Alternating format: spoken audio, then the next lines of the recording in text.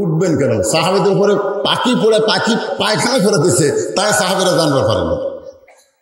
আল্লাহ রাসূল বলেছেন, সাহাবী আমি আলোচনা করলে তোমার মাথায় পাখি পড়ে, তুমি বুঝতে পারো না। বলে হুজুর আমি কোরআনের আলোচনায় এমন পর্যায়ে চলে যাই, মনে হয় জান্নাত আর জাহান্নাম আমাকে সরাসরি দেখানো হয়। তুমি কোরআনের পাগল হও, জান্নাত পাবে, কোরআনের বিরুদ্ধারণ করলে তোমাকে জাহান্নামে ফেলে দেওয়া হবে। আজকে সেই কোরআনের মাহফিলে বসে কথা যদি বুঝতে পারেন, বাংলা কথা, নড়াচড়া করেন কেন? 2 ঘন্টা পরে গিয়ে ঘুমান। তাহলে এখানে আমি 4টি বিষয় আলোচনা করতেছি। 1 নম্বর ঈমান, 2 নম্বর আত্তাকুল্লাহ আল্লাহর ভয়, 3 নম্বর নিয়ম মতো ভয়, আর 4 নম্বর মুসলমান না হয়ে মরণ নয়। আমার মায়েরা বোনেরা যারা পর্দায় আছেন, আপনাদের কিন্তু আমল বেশি করা লাগবে না। মেয়েদের এত সুযোগ, সুবহানাল্লাহ বলেন। রাসূল বললেন মাত্র 4টা আমল করো, আল্লাহ 4টা আমলের বিনিময়ে তোমাদেরকে 8টা জান্নাত দিয়ে দিবে। সুবহানাল্লাহ কয় না? আচ্ছা, পাবনার শ্রোতারা তো এরকম ছিল না। সুবহানাল্লাহ কি ভুলে গেছেন নাকি? সুবহানাল্লাহ ভুলে গেছেন? 3টা তাসবিহ শোনেন, 3টা তাসবিহ বলার সময় জবান বন্ধ রাখা ঠিক না। আল্লাহ রাসূল বলেছেন, এই 3টা তাসবিহ যার জবান দিয়ে হল হল করে বের হয়, আমি রাসূল সাক্ষী দিচ্ছি, সে যতবারই পাপী হোক না কেন, মৃত্যুর সময় আল্লাহ তাকে জান্নাতি বানায়া তারপরে মৃত্যু দেয়। সাহাবারা বললেন, হুজুর এই 3টা তাসবিহ কি? রাসূল বললেন, সুবহানাল্লাহ, আলহামদুলিল্লাহ, আল্লাহু আকবার। সুবহানাল্লাহ, আলহামদুলিল্লাহ, আল্লাহু আকবার। তা আপনারা সুবহানাল্লাহ কখন বলা লাগবে সেটা তো জানেন না ভাইজান? তো বলবেন। কয় আমল? 4টা। 1 নম্বর হলো নামাজ, 2 নম্বর রমজান মাসের রোজা, 3 নম্বর সতীত্বের হেফাজত, পর্দা করা, আর 4 নম্বর স্বামীর কথা মতো চলা। এই 4টি আমল যদি মেয়েরা করতে পারে, আল্লাহ তাদেরকে 8টা জান্নাত দিয়ে দিবে।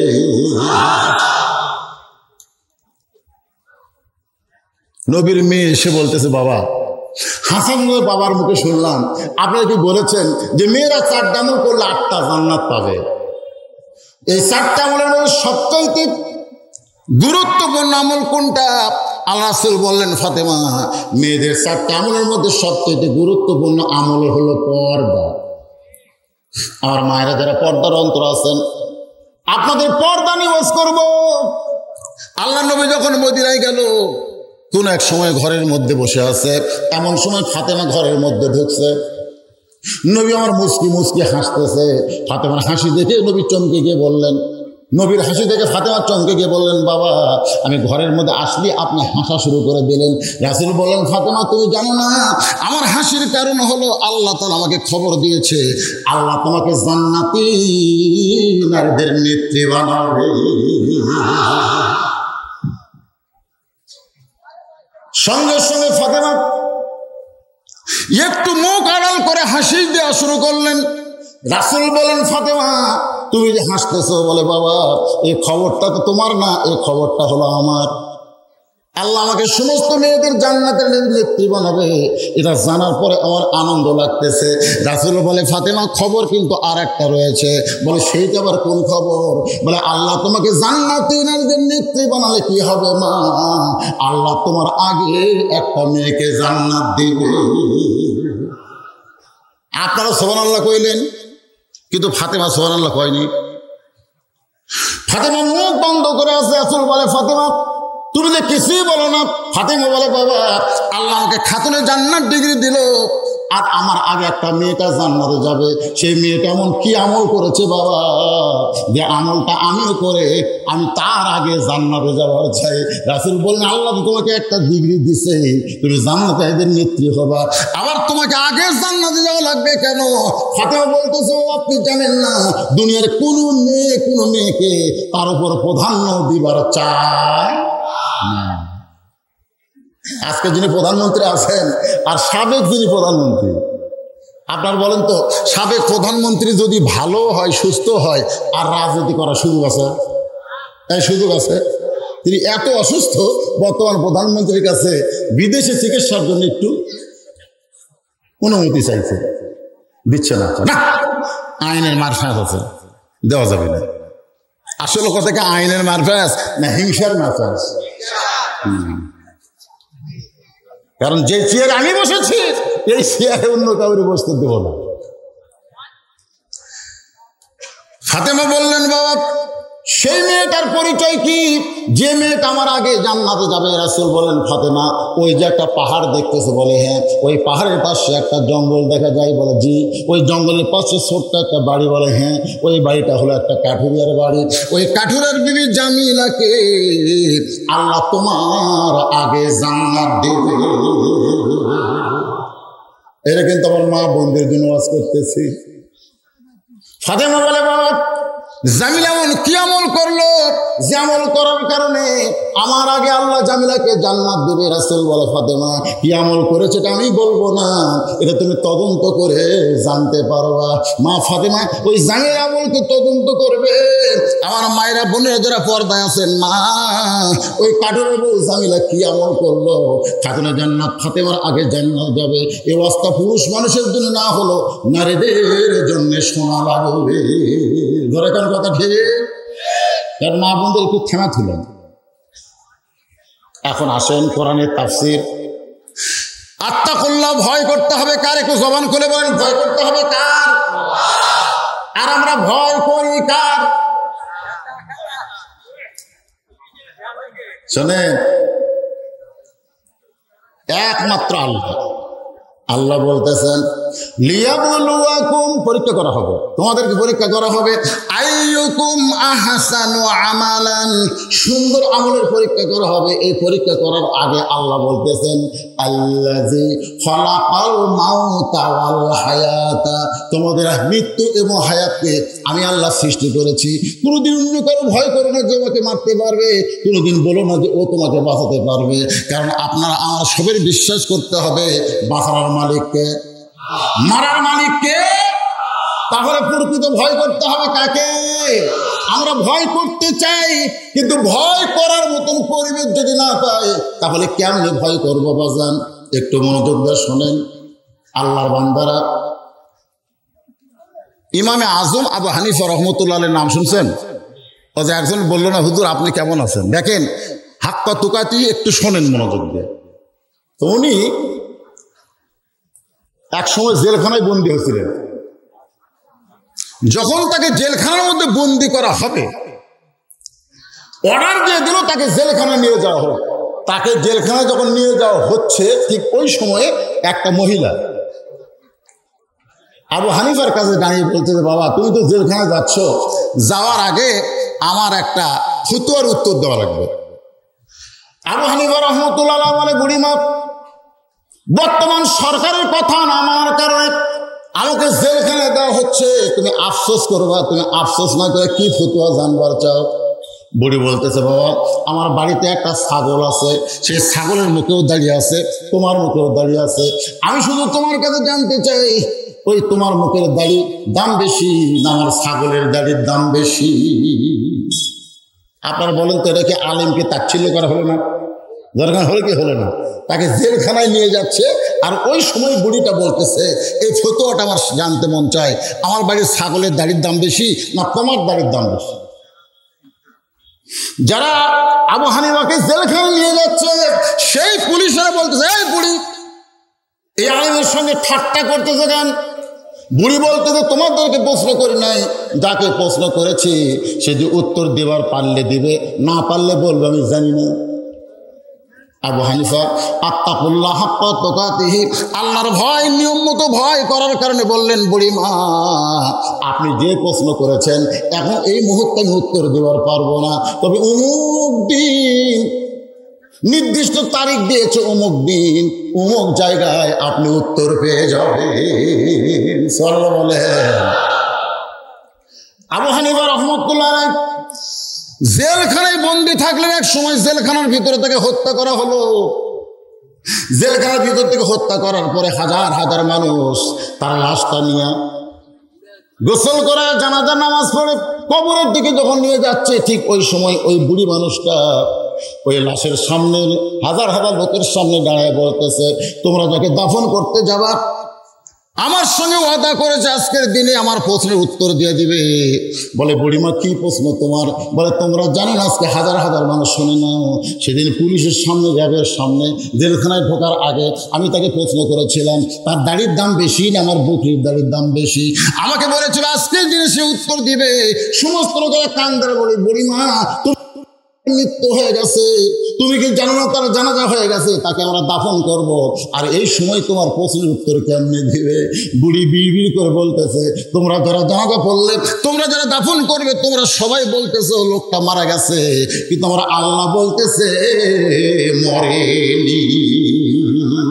ওয়ালা তাকুলু লিমান ইউকতালু ফি সাবিলিল্লাহি আমওয়াতুন বাল আহইয়া ওয়ালাকিন লা তাশউরুন।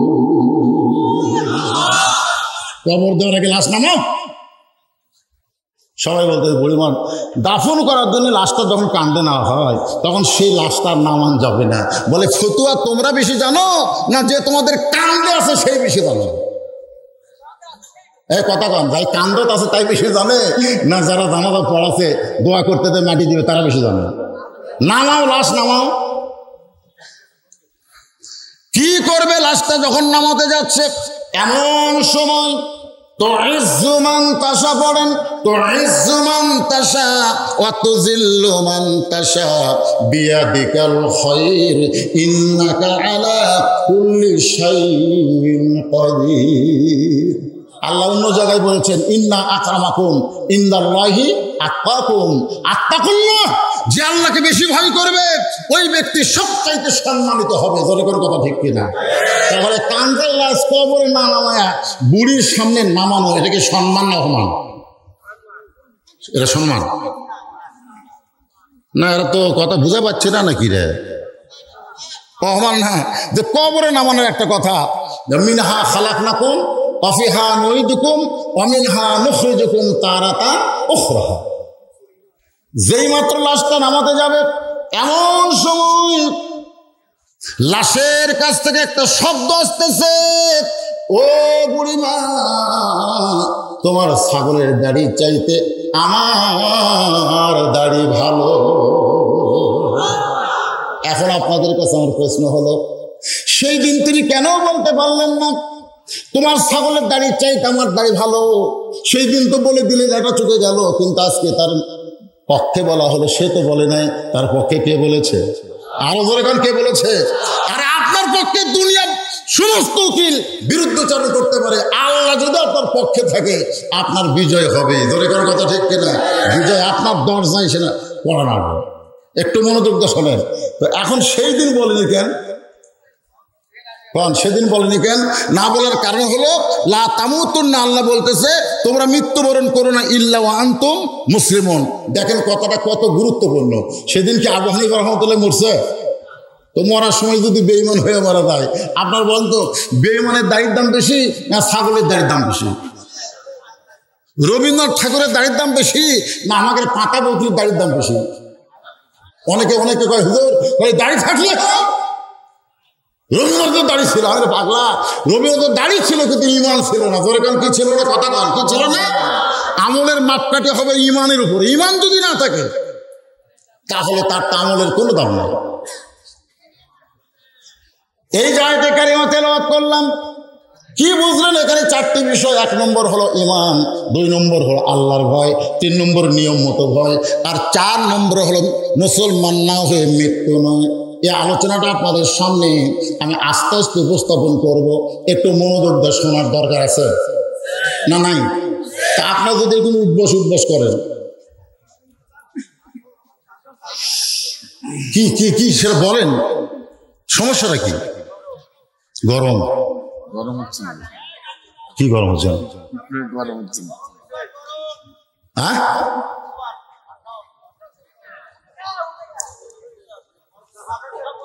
না এক সাইড গরম আছে, ওয়াজ আরো গরম। আরে ভাগো, এই যে গরম হচ্ছে তার সঙ্গে বেশি কি রে? খালি হইচই করলে তো হবে না। আগে বিষয়টা বোঝা লাগবে। আপনি তো গরম হলেন, আমি তো বললাম যে সামনে আমার যে তকবির মারে ওকে কইলাম কোরআন শরীফ নিয়ে আসো, ও মুয়াজ্জিনের হাতে পাঠাই দিয়েছে কেন? সে কথাটা কি আপনি বুঝেন নাই? ও নিজে কোরআন আনবার না পারে মুয়াজ্জিনের হাতে পাঠাই দিল। ওইটারে জিজ্ঞেস করলাম তুমি না নিয়ে মুয়াজ্জিন গেল কেন? বলে হুজুর আমার শরীর পাক নাই। তো না পাকে অবস্থা আপনি যতই গরমের রস শোনেন, আপনার দেহ গরম হতে পারে কিন্তু আসল পাকে তো গরম হচ্ছে না।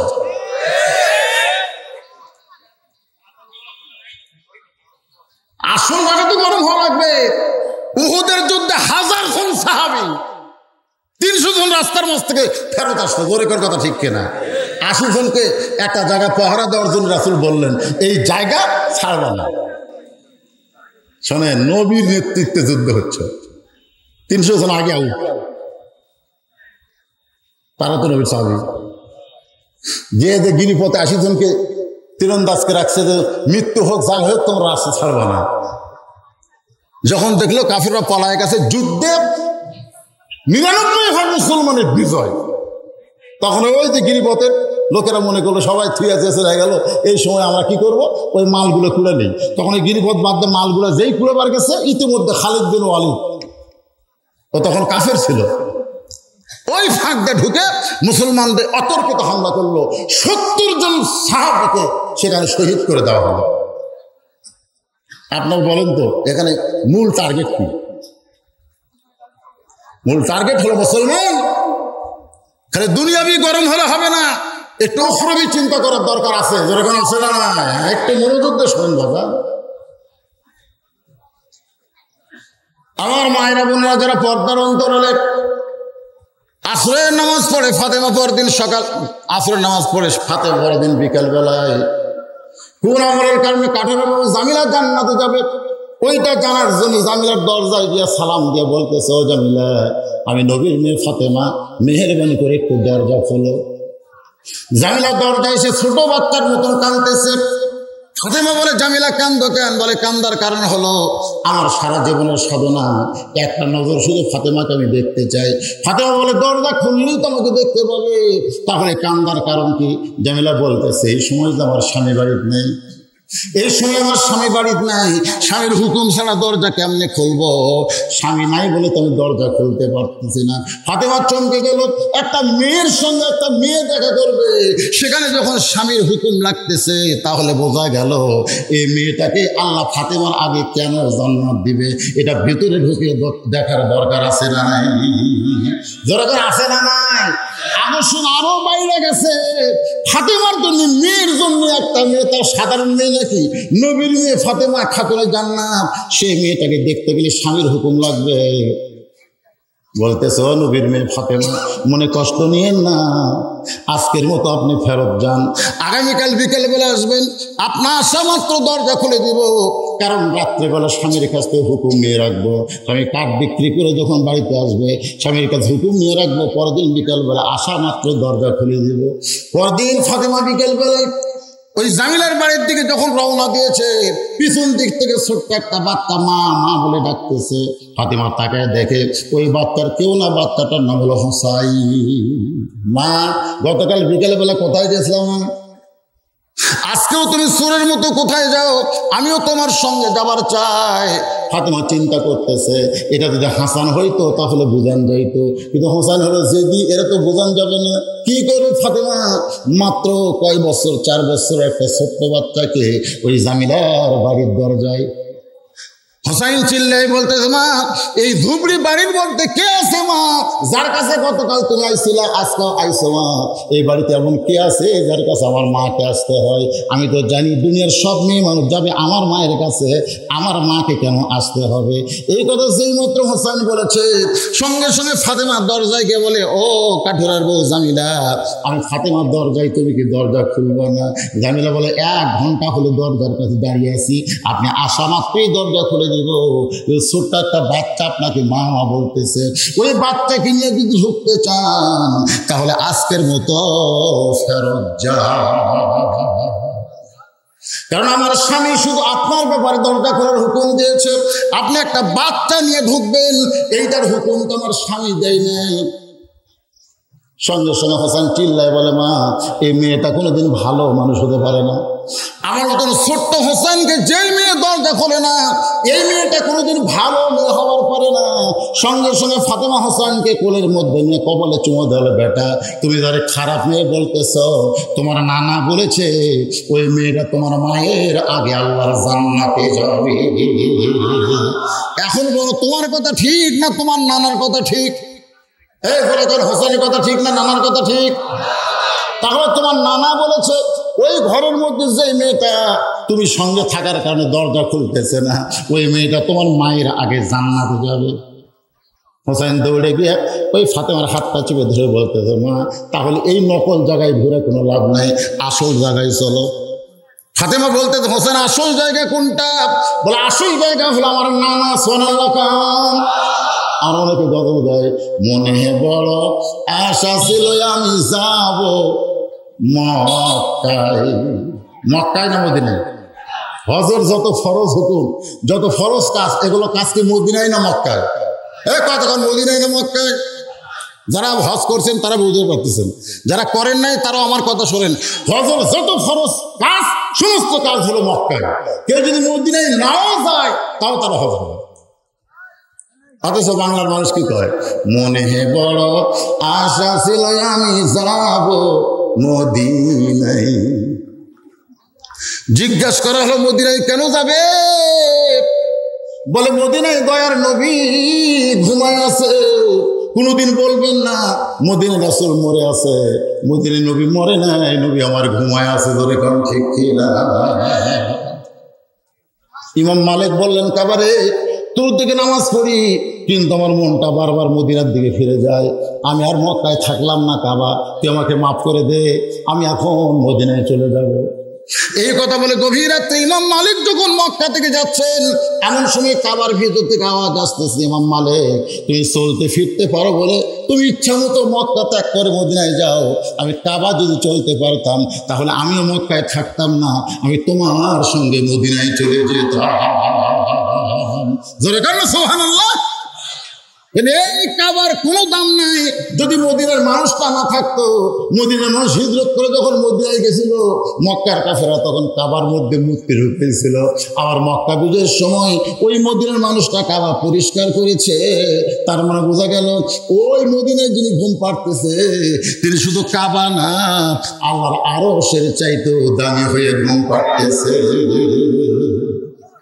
আল্লাহর বান্দারা একটু মনোযোগ দিয়ে শুনবেন। হাত ধরে নিয়ে আসছে নবীর কাছে, এসে বলতেছে, না না আমার মায়ের আগে একটা কাজের বউ জামিলা জান্নাতে যাবে। এই কথা যদি তুমি জেনে থাকো তাহলে কোন আমলের কারণে জান্নাতে যাবে এটা আমার মাকে না বলে তুমি কেন ওই জামিলার দরজায় আমার মারে পাঠাইছো? কোন আমলের কারণে যাবে জামিলা আমার মায়ের আগে জান্নাতে? যতক্ষণ তুমি না বলবা ততক্ষণ আমি কিন্তু তোমার হাতটা ছাড়বো না। বাদান দে এই বলে হোসাইন আল্লাহ নবীর হাতটা চাইবা ধরছে। আপনার এই দিকে তাকান ভাই, একটু মনোযোগ দিয়ে শুনুন। হাতটা চাইবা ধরে বলতেছে, কোন আমলের কারণে আমার মায়ের আগে জামিলা জান্নাতে যাবে এটা না বলা পর্যন্ত আমি হাত ছাড়ব। জোরে করে হাত ছাড়বো। এমন সময় নবী ডাক দেন, আলী আলী রে। সঙ্গে সঙ্গে লব্বাইকে রাসূলুল্লাহ। আলী বলতেছে, রাসূলুল্লাহ হুজুর আমারে ডাকেন কেন? রাসূল বলে, এখন রাসূলুল্লাহ বাদ দে, এখন তুই হইলে আমার জামাই, আমি হইলাম তোমার শ্বশুর, ফাতেমা হলো আমার মেয়ে, হাসান হলো আমার নাতি, হোসেন আমার নাতি। সোয়াল্লাহন দেখ নাতি নানার হাত ধরেছে। আলী বলতে, হোসাইন তোমার নানার হাত ছাইড়া দাও। হোসেন বলে, বাবা আপনি জানেন না আমার মাকে এই নানা কাঠের বউ জামিলার ঘরের দরজা পাঠাইছে। কোন আমলের কারণে ওই কাঠের বউ আমার মায়ের আগে জান্নাতে যাবে এটা না বলা পর্যন্ত আমি কিন্তু হাত ছাড়বো না। রাসূল বলে, আলী রে এতদিন ধৈর্য ধারণ করেছিলে, আজকে বলে দাও, আজকে বলে দাও। আলী বলতে, হুজুর আমি তো বলতেই চাইছিলাম কিন্তু আপনি নিষেধ করেছেন বলে বলবে। রাসূল বলতেছে, আজকে বলার হুকুম দিলাম, বলো। এবার হযরত আলী বলে, ফাতেমা কোন আমলের কারণে ওই কাঠের বউ জামিলা তোমার আগে জান্নাতে যাবে যদি শুনতে চাও তাহলে ধৈর্য ধারণ করে শোনা লাগবে। সুবহানাল্লাহ। কিছু ভালো কিছু শুনবার গেলে কি ধরা লাগবে? ধৈর্য। ইন্নাল্লাহা মা'আস সাবিরিন। ধৈর্য ধারণ করা লাগবে। এখন যদি এক লোক কয়, হুজুর সারা জীবন আপনার পাশে মাগরিব পড়ি, এশা পড়ি, ফজর নামাজ পড়ি, এই একই সূরা, একই সুরে আলহামদুলিল্লাহ রাব্বিল আলামিন। আর কতদিন কবের হুজুর একই সুরে শুনতে শুনতে আর ভালো লাগে না। আপনি বলেন তো এই কথা বাংলার কোনো মুসল্লি কইছে? এরকম কোনো মুসল্লি কইছে? কারণ ওই সূরা ফাতিহার মধ্যে এমন ভাবে ডুবে গেছে যে একই সূরা বারবার কেন কিয়ামত পর্যন্ত শুনলেও ও ধৈর্য হারা হবে, ধৈর্য হবে না। তো একটু ধৈর্য ধরা লাগবে। ইন্নাল্লাহ মা'আস সাবিরিন, আল্লাহ কেন বললেন ধৈর্যশীল? আমি আল্লাহ রয়েছে। অধৈর্য হলে চলবে? তাই এই যারা উপরে দাঁড়িয়ে আছেন কষ্ট করে আপনার ভিতরে বসেন, তো বসেন, একটু ধৈর্য নিয়ে বসেন। আল্লাহ কোরআনে বললেন ওয়ালা নাবলুওয়ান্নাকুম বিশাইয়্যিম মিনাল খাউফি ওয়াল জুই ওয়া নাকসিম মিনাল আমওয়ালি ওয়াল আনফুসি ওয়াস সামারাতি ওয়া বাশশিরিস সাবিরিন। আল্লাহু আকবার। ওয়া বাশশিরিস সাবিরিন। কত কষ্ট হবে তোমাদের, অনেক কষ্ট দিয়ে, অনেক গরম দিয়ে, অনেক ঠান্ডা দিয়ে, অনেক ক্ষুধা দিয়ে, মানে ক্ষতি জানি ক্ষতি। আমার এলাকায় বলছেন এত সুন্দর ধান হয়েছে, এত সুন্দর ধান 10 বছরে হয় নাই, জমির ধানের গাছ হয়েছে, কিন্তু এমন একটা অসুখ, খালি ধান গাছ কাটতেছে, ধানের গাছ কাটতেছে। যতই দেখবার যায় প্রত্যেক দিন বিকেলে গেছে অনেক মরা, কিন্তু মরতেছে কি ভিতরে ঢুকা থেকে ইন্দুরে কাটা দিচ্ছে, কত কি করতেছে। কিন্তু না, একজন রাগ করে বলে হুজুর এত ঘুষখোর সুদখোর বাংলাদেশে দুর্নীতিবাজ আছে যারা কোটি কোটি টাকা বিদেশে পাচার করতেছে, ওদের কিছু কষ্ট হয় না, ওদের কোনো শাস্তি হয় না, আর আমার কৃষক আমাদের উপরে এত পরীক্ষা কেন? আমি বললাম বাবান কোরআনের কাছে আসো, তোমার উপর এত পরীক্ষা কেন? আল্লাহর কোরআন তোমাকে এর সলিউশন দিয়ে দিবে। ধরে কেন সুবহানাল্লাহ। আমরা তো আসি না, দূরে থেকে। আজকে একটু বসেন, একটু ধৈর্য নেন। ফাতেমাকে হতানি বলতে ধৈর্য ধারণ করা লাগবে। ফাতেমা বলে আপনি যদি জানেন তাহলে এতদিন বলেন না কেন? বলে বলবো কেমনে, আল্লাহ নবীর নিষেধ করেছিল, আজকে বলার হুকুম দিছে, বলে শোনো। এবার ফাতেমা চুপি করে বসে গেছে। এমন সময় হতালি বলতে যে ফাতেমা তোমার কি মনে আছে একদিন দুপুরবেলায় তুমি আমাকে ঘরের মধ্যে ডাক দিলে? দুপুরবেলায় ফাতেমা ডাকতেছে স্বামীকে। আলী যখন ঘরের ভিতরে, ফাতেমা বলে স্বামী আপনি জানেন না আজকে হাসান হোসাইন 2 দিন হয়ে না খাওয়া, ক্ষুধার জ্বালায় বারবার কান্দে, আমি মা আর সহ্য করতে পারি না, এজন্য আমি কি করব, আমার এই ওড়নাটা আমি আপনাকে দিয়ে দিলাম। তবে স্বামী এই ওড়নাটা বাজারে বিক্রি করে যেই দাম হবে সেই দাম নিয়ে হাসান হোসেন একটু খাবার নিয়ে আসবেন। আলী বলতে ফাতেমা তোমার সেই ওড়নাটা আমি জামার পকেটের মধ্যে ঢুকাইলাম, আমি আলী বাজারের মধ্যে ঘুরতেছি আর মনে মনে চিন্তা করতেছি ওড়নাটা বের করে যদি বিক্রি করতে চাই, আর কোনো খরিদ্দার যদি জানবার চায় কার ওড়না, আমি যদি বলি এটা ফাতেমার ওড়না, তাহলে অবশ্যই মনে মনে চিন্তা করবে যে স্বামী বইয়ের ওড়না বেচা খায় এই স্বামী হলো দুর্বল স্বামী। ধরে কোন কি স্বামী? আপনার বলেন তো হক আলী দুর্বল না সবল? এই ধরে এখন দুর্বল না সবল? যার বীরত্ব দেখে আল্লাহ ডিগ্রি দিয়েছে আসাদুল্লাহিল গালিব, ইসলাম গালিব করার ব্যাপারে আলী হচ্ছে আল্লাহর সিংহ। ধরে কোন সুবহানাল্লাহ। যিনি কানুজ দুর্গের দরজা হেসকা টান মারছে, জিহাদের ময়দান ঢাল হচ্ছে, যুদ্ধ যখন মুসলমানের বিজয় হলো, রাগ করে দরজাটা ফেলে দিল, 80 গজ দূরে গিয়ে পড়ছে, 100 জন পুরুষ মানুষ সেই দরজাকে নড়াবার পারে না, সরা লাগান না। তাহলে সে আলী সবল না দুর্বল? কিন্তু মনে মনে চিন্তা করে যদি জিজ্ঞাসা করো না কার, আর আমি যদি বলি আমার বইয়ের, তাহলে অবশ্যই খরিদ্দার ভাববে আলী দুর্বল হয়ে গেছে, বইয়ের জিনিস বেচা খায়। কি করবো আমি ফাতেমা, তোমার অন্য পকেটের মধ্যে বাজারে ঘুরতেছি। এমন সময় খরিদ্দার আমাকে সালাম দেয়, বলে আলী ভাই আমার মনে হয় আপনি কিছু বিক্রি করবেন। আমি আলী চমকে গেলাম, আমি বিক্রি করব? এই খরিদ্দার কেমনে জানলো? সুবহানাল্লাহ বলেন। অন্যটা কি বার করা আছে না পকেটের মধ্যে আছে? পকেটের ভিতরে অন্য। আজ খরিদ্দার সালাম দিয়ে বলতেছে আমার মনে হয় আপনি কিছু বিক্রি করবেন। আলী বলে ফাতেমা আমি চমকে গেলাম, কি বিক্রি করব? সে না জানলেও তো বললো কিছু বিক্রি করবেন। আমি পকেট থেকে অন্য যেই মাত্র বাই করছি, ওই খরিদ্দার ব্যাগ এভাবে ফাঁক করে ধরলেন। ওই থলিয়া ব্যাগের মধ্যে অন্যটা দেওয়ার সঙ্গে সঙ্গে ওই খরিদ্দার ওই ব্যাগের মাথাটা ধরে ডান হাতে আমাকে 6টা দিরহাম দিয়ে দিল। ওগো আলী এই অন্যার দাম 6টা দিরহাম তোমাকে দিয়ে দিলাম। আমি আলী ফাতেমা 6টা দিরহাম নিয়ে এক দৌড়ে বাজারে গেলাম খাদ্যের দোকানে। দোকানদারকে বললাম ভাই তাড়াতাড়ি খাবার টোপলা করে দাও, 6 দিরহামের যা হবে তাই। দোকানদারে 1 টোপলা খাবার আমার হাতে দিবে, এই বাম হাত দিয়ে আমি খাবার নিব, ডান হাত দিয়ে তাকে 6টা দিরহাম দেব। এমন সময় আল্লাহ তাআলার এমন পরীক্ষা আলীর উপর শুরু হয়ে গেছে, যখন সুবহানাল্লাহ পরীক্ষা শুরু হয়ে গেছে। দেখেন, 1 হাতে খাবার টোপলা নিবে, 1 হাতে 6টা দিরহাম দিবে। আর এমন সময় একজন ফকির এসে আলীকে সালাম দেয়, বলে আলী ভাই, আজকে 3 দিন হলে আমার বাড়িতে কোনো খাবার নাই। আলী রে, যদি পারো আল্লাহর হস্তে একটু খাবার দাও, আল্লাহর হস্তে একটু খাবার দাও। আলী বলে, ফাতেমা আমার এমন রাগ হয়ে গেল, আমার হাসান হোসেনের জন্য খাবার টোপলা নেব।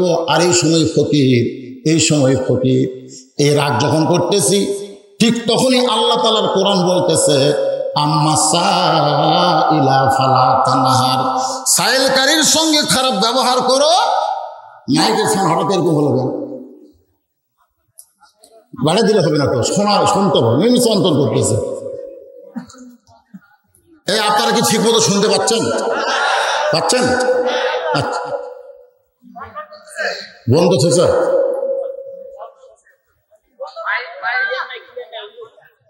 ক্লিয়ার করবো, ক্লিয়ার হচ্ছে, আসো বাড়ালে ক্লিয়ার হয়। যেটা ক্লিয়ার হবে তোমরা মাইক ভালো জানো, একটু মনোযোগ দেন। পরীক্ষা আল্লাহ যে বলতেছেন, আল্লাহ যে খলাকাল মাউতা ওয়াল হায়াতা লিয়াবলুয়াকুম, তোমাদেরকে পরীক্ষা করা হবে মৃত্যু আর জীবন দিয়ে। যেই মাত্র খাবার নিবা ফাতেমা, সঙ্গে সঙ্গে ফকির এসে যখন সাহায্য চায়, আমার এত রাগ হলো, আমি ফকিরকে কিছু বলতে যাব, এমন সময় আল্লাহর কোরআন আমার সামনে এসে বলতেছে, আম্মা সাইলা ফালা তানহার। আপনারা বলেন তো, কোরআনের দামের গুরুত্ব বেশি না আলীর রাগের গুরুত্ব বেশি? কারণ আলীর রাগের গুরুত্ব বেশি না কোরআনের দাম বেশি? আলী বলতেছে, ফাতেমা আল্লাহর কোরআনকে দাম দিয়ে আমি পকেট থেকে 1টা দিরহাম বের করে ফকিরকে দিব, আর 5টা দিরহামের যে খাবার হবে সে খাবার নিয়ে চলে যাব। এই নিয়ত করে 1টা দিরহাম বের করে যখন ফকিরকে দিবার চাই, এমন সময় আল্লাহর কোরআন আমার সামনে এসে বলতেছে, ওমা তুনফিকু মিন শাইইন ফি সাবিলিল্লাহি ইউফা ইলাইকুম ওয়া আনতুম লা তুযলামুন। সবাই একটু জবান খুলে বলেন আল্লাহু আকবার। আল্লাহর কোরআন বলে, আলী তুই কি মনে করতেছিস যে ফকিরকে যা দিবি ফকির নিয়ে চলে যাবে? আমি আল্লাহ বলতেছি, অফাইলাইকুম, আমি আবার তোর দিকে ফিরাই দেব। তুই 1 দিবি, আমি আল্লাহ দুনিয়াতে তোকে 10 দেব। সুবহানাল্লাহ। তুই 2 দিরহাম দিবি, 20 দিরহাম পাবি। 6 দিরহাম যদি দান করিস আলী, আমি আল্লাহ তোকে এই দুনিয়াতে 7 দিরহাম দিয়া দিব। কয় দিরহাম? তাহলে আল্লাহর কোরআনকে বিশ্বাস কম করে না বেশি করে? বেশি করে। যার কারণে ওই 6 দিরহাম ফকিরকে দিয়ে দিয়েছে। ফকির 6টা দিরহাম নিয়ে যখন চলে যায়, খাদ্যের দোকানদার বলতে, আলী ভাই খাবার কিন্তু টোপলা হয়ে গেছে, আপনি টোপলা নিবার সেই টোপলা না নিয়ে ফকিরকে দান করে দিলেন। আলী বল, দোকানদার তুমি 2 বস্তা খাবার প্যাকেট করো, 2 বস্তা খাবার প্যাকেট করো। 1 টোপলা দিয়ে আমার হবে না, কয় বস্তা লাগবে? আলী দোকানদারকে 2 বস্তা প্যাকেট করার কথা বলে বাজারের মধ্যে গিয়ে ঘুরতেছে, আর মনের মধ্যে বড় বিশ্বাস, আমার আল্লাহর ওয়াদা সত্য। কিভাবে সত্য হবে এইটা মুসলমান চিন্তা করবে না। মুসলমান চিন্তা করবে আল্লাহর ওয়াদা সত্য না মিথ্যা। আলী বলে, ফাতেমা আমি খালি পকেটে যখন বাজারে ঘুরতেছিলাম, এমন সময় একজন উটওয়ালা আমার সামনে দিয়া যায়, বলে, আলী ভাই ওয়াজাতা বাজারে ঘোরা চলবে না। রাসূল বলেছেন, দুনিয়ার সবচাইতে খারাপ জায়গা হলো হাট বাজার। দুনিয়ার সবচাইতে খারাপ জায়গার নাম কি? আপনি সে হাট বাজারে ওয়াজাতা ঘুরবেন কেন? ওয়াজাতা না ঘুরে এই উটটা কিনে নেন, এই উটটা কিনে নেন। আলী বলতে, তুই পাগল হয়েছিস? উট কেনার টাকা তো আমার পকেটে নেই। উটওয়ালা বলতেছে, বাকি উট কিনবেন, বিক্রি করে আপনি টাকা দেবেন, সেইটাও কি পারবেন না? আলী বলে, ফাতেমা এমন সুযোগ দুনিয়াতে পাই নাই, কোনোদিন কেউ মনে দেয় নাই। আমি 100 টাকা ধরে বাকিতে উঠতে নিলাম। উটের বাজারে যেই মাত্র গেছি, চারিদিক থেকে খরিদ্দার আমাকে ঘিরে ধরে বলতেছে, আনা মাদিনাতুল ইলমি ওয়া আলী বাবাহা। রাসূল বলেছেন, আমি হচ্ছে এলেমের শহর, আলী হচ্ছে তার দরওয়াজা। সুবহানাল্লাহ। এত বড় আলেম হয়ে আপনি উট বিক্রি করতে আসছেন কেন? সবাই যখন আলীকে নিয়ে টিটকারি করতেছে, এমন সময় খরিদ্দার এসে বলতেছে উটের দাম কত নেবেন? আলী বলতেছে যেভাবে চারদিকে টিটকারি চলতেছে দাম চাওয়া তো দূরের কথা। খরিদ্দার কানে কানে কয় ওরা উটটা কিনবার পারবে না বলেই এমন করতেছে, আমি আপনাকে 160 দিরহাম দিয়ে দিলাম। আলী বলে ফাতেমা 160 দিরহামে উটটা বিক্রি করে উটওয়ালাকে 100 দিরহাম দিলাম, বাকি 60টা দিরহাম নিয়ে ওই খাদ্যের দোকানে গেলাম। দোকানদার বলতেছে 2 বস্তা প্যাকেট। আলী বলতেছে দাম কত? বলে 60 দিরহাম দিলেই চলবে। আলী বলে ফাতেমা ওই 60টা দিরহাম দিয়ে 2 বস্তা খাবার 2 কান্দে নিয়ে আমি যখন বাড়ির দরজায়, যেই মাত্র বাড়ির দরজায় ফাতেমা জানলা দিয়ে দেখতেছে তার স্বামী 2 কান্দে 2 বস্তা খাবার নিয়ে আসতেছে। ফাতেমা হিসাব করে অন্য বিক্রি করার টাকা দিয়ে বড় জোর 1 টোপলা খাবার হবার পারে, 2 বস্তা খাবার কোত্থেকে নিয়ে আসে? সঙ্গে সঙ্গে ফাতেমার দরজা বন্ধ করে দেয়। স্বামীর হাতে ব্যাগ বড় দেখলে বউ খুশি হয় না বেজার হয়? এই জন্য কারণ স্বামীর হাতে বাজারের ব্যাগ যদি বড় দেখে বউ খুশি না বেজার? আমাদের বাংলাদেশে এত দুর্নিবাস হওয়ার কারণ কি জানেন? এই বইয়ের কারণে। বইয়ের এখানে ইটা চাই গ্রামে থাকবে না, শহরে বাসা করবে, করবে সে করবে। এই বইয়ের কারণে অধিকাংশ পুরুষ মানুষ কিন্তু ধ্বংসের পথে। ধরে কোন কথা শিখতে দেখেন দরজা বন্ধ করে দিচ্ছে। আলী সে দরজায় সালাম দিচ্ছে, আসসালামু আলাইকুম ইয়া আহলাল বাইত। ফাতেমা ঘরের মধ্যে গিয়ে বলে ওয়ালাইকুম আসসালাম। বলে দরজা খোলো গো। বলে দরজা খুলবো, তার আগে হিসাব দেন। অন্য বিক্রি করার টাকা দিয়ে 1 টোপলা খাবার পাবেন, 2 বস্তা খাবার কোথায় পেলেন? আলী বলতে যে ফাতেমা বড় কষ্ট করে 2 বস্তা কান্দে নিয়ে আইছি গো, একটু দরজা খুলে দাও। দরজা খুলে দিলেই তোমাকে বলবো। ফাতেমা বলে এত সহজ না, সুদের টাকা ঘুষের টাকা নিয়ে স্বামী তুমি বাজার করবা, তুমি 10,000 টাকা বেতন পাও, 12,000 টাকা বাসা ভাড়া নাও, থেকে টাকা পাও, এই নারী ফাতেমা। জোরে খান না সুবহানাল্লাহ। মরদ মানুষকে ঠিক করবার গেলে মেয়ে মানুষ আগে ঠিক হবে। হিসাব দেন 2 বস্তা খাবার কোথায় পেলেন? আলী বলে ফাতেমা দিব তো, দরজাটা খোলো। ফাতেমা বলে আগে বললি কি হয়? বললেই তো দরজা খুলে দেই। এমন সময় আল্লাহর কোরআন হযরত আলীর সামনে এসে বলতেছে আর রিজালু কাওয়ামুনা আলান নিসা। আলী রে পুরুষ মানুষ থাকবে নারীর উপরে। সুবহানাল্লাহ। এটা কার কথা? আল্লাহর কথা। পুরুষ থাকবে কোথায়? নারীর উপরে নাইছে। এখন কতগুলো মোটর সাইকেল বাড়াচ্ছে আপনি দেখবেন, মোটর সাইকেল ট্যাঙ্কির থেকে এই পর্যন্ত এতখানে জায়গা কিন্তু খুব দোপা বোঝার না, নিচে তারপর থেকে দেখবেন আবার নিচে। বলেন তো এরকম সিস্টেম কেন হলো? কারণ সবাই জানে পুরুষ মানুষ মোটর সাইকেল চালায় নিচে বসে থাকবে নিচে, আর মেয়ে মানুষ পিছনে উঠবে উপরে। কত বড় ষড়যন্ত্র দেখছেন! মরদ মানুষ দোপার মধ্যে আছে আর মেয়ে মানুষ উঁচের বসে থাকে হেলান দেওয়ার গাও চাপে ধরে আছে। আল্লাহর কোরআন বলতেছে আর রিজালু কাওয়ামুনা আলান নিসা, পুরুষও থাকবে নারীর উপরে। আলী বলে ফাতেমা আমার এত রাগ হলো, তুমি আমার বউ হইয়া দরজা খোলো না। রাগ করে 2 বস্তা কান্দে করে যেই মাত্র নবীর দরবারে নবী আমার বসেছিলেন, সে হাসতে হাসতে দাঁড়িয়ে গেলেন। সুবহানাল্লাহ বলেন। আলী সালাম দেয়, ওয়ালাইকুম আসসালাম। আলী বলে হুজুর। আল্লাহ নবী বলে হুজুর পরে একটু ধৈর্য ধর। আলী দাঁড়ায় গেছে, নবী আমার এসে কাঁধ থেকে আস্তে করে বস্তাগুলো ধরে ধরে নামায়। নবীর মুখের দিকে তাকায় আলী কান্দে। রাসূল বলে আলী কান্দিস কেন? বলে কান্দার কারণ হলো বাপ কেমন আর মেয়ে কেমন। কান্দার কারণ হলো বাপ কেমন আর মেয়ে কেমন। আপনি বাবা হয়ে আমার কাঁধ থেকে ধরে ধরে বস্তা নামালেন, আর আপনার মেয়ে দরজায় খুললো না। রাসূল বলে আলী রে, ফাতেমা যদি দরজা খুলতো তুই কি আমার কাছে আসতিস? আলী বলে না হুজুর, দরজা খুললে আবার আপনার কাছে আসবো কেন? আলী বলে নবী বলে আলী রে, ফাতেমা দরজা না খোলার কারণ হলো তোকে আমার কাছে পাঠায় দিছে, তুই কি বলতে পারিস? আলী কোন খরিদ্দার তোর কাছ থেকে ফাতেমার ওন্না কিনেছে? সুবহানাল্লাহ বলে। তুই এত জ্ঞানের আলেম, তুই কি বলতে পারিস আলী কোন ফকির তোর কাছে ভিক্ষা চাইছে? তুই কি বলতে পারিস আলী কে তোর কাছে উট বিক্রি করলো? আর কোন খরিদ্দার তোর কাছ থেকে উটটা কিনলো তুই কি বলতে পারিস? আলী কান্দার, নবী গো আমি জানি না, আমি জানি না। রাসূল বলে তাহলে সন্দেহ আলী, যে ফকির তোর কাছ থেকে ওন্না কিনেছে, ফকিরের যে খরিদ্দার তোর কাছ থেকে ওন্না কিনেছে, ওইটা আসলে খরিদ্দার নয়, ওইটা হলো একটা ফেরেশতা, আর আসল খরিদ্দার হলো আমার আল্লাহ।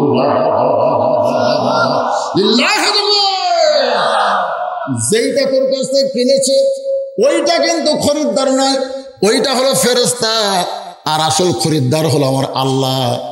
আল্লাহ এই জন্যই কিনেছে। ফাতেমা হলো পর্দানিশী, আর পর্দানিশীর ওন্না দুনিয়ার কোনো মানুষ যেন স্পর্শ করবার না পারে, এই জন্য ফেরেশতাকে মানুষ বানায় ওন্নাটা কিনে। বর্তমানে আমার আল্লাহ তাআলা সযত্নে ওন্নাটা জান্নাতের মধ্যে রাইখা দিয়েছে। নবী বলে আলী রে, তুই কি বলতে পারিস আলী, যে ফকির তোর কাছে ভিক্ষা চাইছে এই ফকিরকে? আলী বলতে তো হুজুর আমি কেমনে জানবো? রাসূল বলে তাহলে শোনো, ওই ফেরেশতা ওন্না কিনে যখন আল্লাহকে দেয়, আল্লাহ ওন্নাটা জান্নাতের মধ্যে রেখে দিয়ে ফেরেশতাকে বলে কি করবি? বলে আমার আবার কি কাজ করা লাগবে? আল্লাহ বলে ওই 10টা দিরহাম, ওই 6টা দিরহাম ফেরত নিয়ে আয় যা। ফেরেশতাকে আল্লাহ হাসান হোসেন না কে আসে বলে ওন্না বিক্রি করলো মায়ের, সেই টাকা আবার ফেরত কেন? আল্লাহ ডাক দিলে ফেরেশতা আজকে পরীক্ষা হবে, আলীর কাছে সন্তান বড় না আমার কোরআন বড়? পরীক্ষা হবে তো, যা। নবী বলে আলী রে, ওই ফেরেশতা ফকির হয়ে তোমার কাছে যখন ভিক্ষা চায়, প্রথম কিন্তু তোমার রাগ হয়েছিল, কিন্তু আল্লাহর কোরআনকে সম্মান করে তুমি ফকিরকে 1টা দিরহাম দিবা।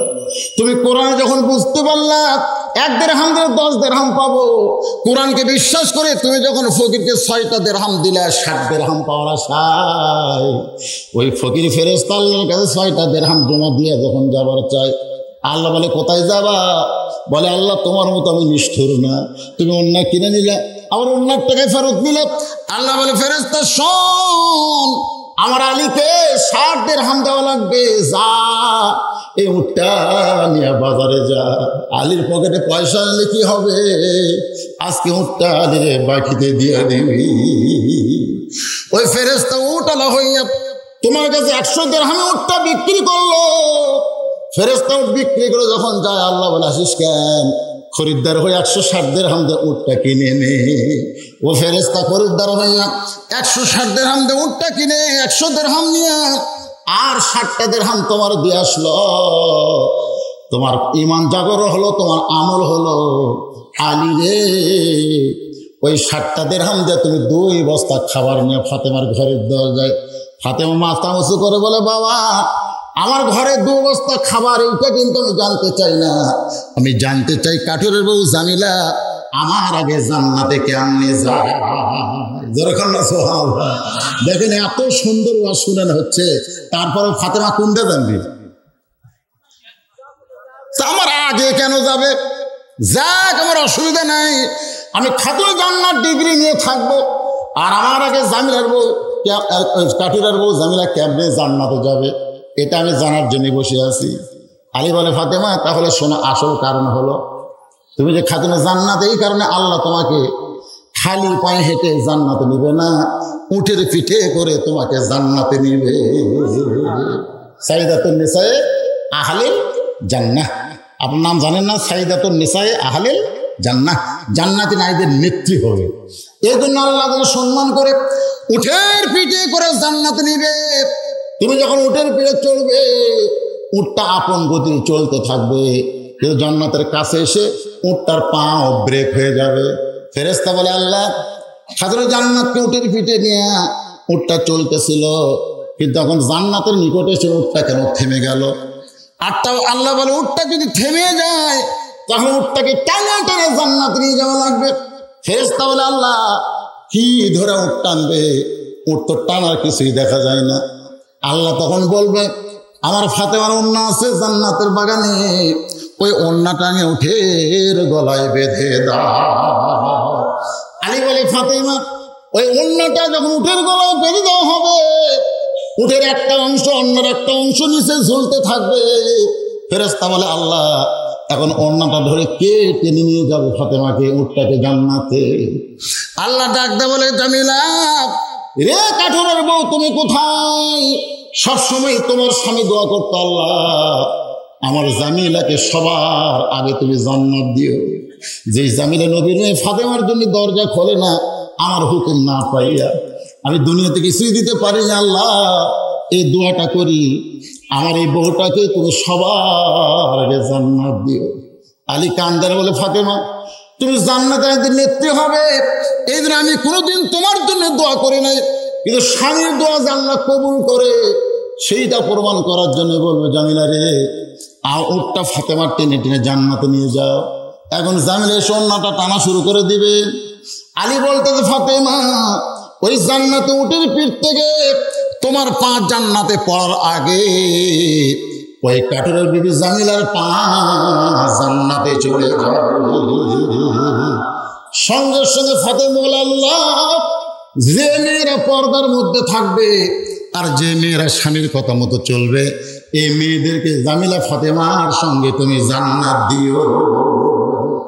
আর মায়েদের জন্য বলতেছি, মা নামাজ রোজা এগুলো তো আপনারা করবেন, এর সঙ্গে পর্দা এবং স্বামীর কথা মানার দরকার আছে না নাই? দরকার আছে না নাই? ভাইজান এই ওয়াজের মধ্যে কিন্তু একটা মারাত্মক কথা আমি কইছি, এটা আলী বিশ্বাস করছে। এখন আপনাদের বিশ্বাস হয় কিনা? বিশ্বাস হয়? সে কথাটা হলো 1 টাকা দিলে 10 টাকা পাবে, এটা আলী কিন্তু বিশ্বাস করছে। 1 টাকা দিলে কয় টাকা? আপনার যদি 100 টাকা দেন তাহলে কয় টাকা পাবে? ওই যে ওটা শুরু করছে বিশ্বাসীরা, বিশ্বাসী যারা তারা উত্তর শুরু করছে, হুজুর তা আসল জায়গা হাত দিল।